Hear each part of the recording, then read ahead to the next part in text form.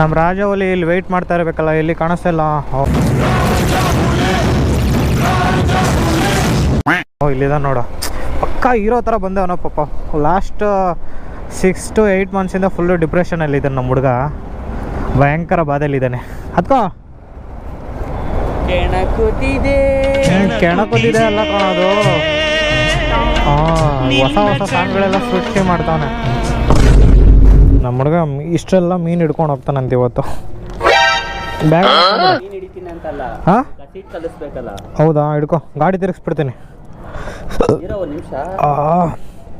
Hero ಇದ್ದಂಗೆ ಅವ್ನು ನಮ್ಮ ಹುಡುಗ ನೋಡು, ಎದೆ ಮೇಲೆ ಹಾಕೊಂಡವನೆ ನೆವರ್ ಗಿವ್ ಅಪ್ ಅಂತ. ಲೈಫೇ ಗಿವ್ ಅಪ್ ಆಗ್ಬಿಡುತ್ತೆ ಎದೆ ಮೇಲೆ ಹಾಕೊಂಡ್ರೆ, ಮೇಲೆ ಹಾಕೊಂಡ್ರೆ ಲೈಫ್ ಹೊರಟೋಗ್ಬಿಟ್ಟೈದಂತೆ.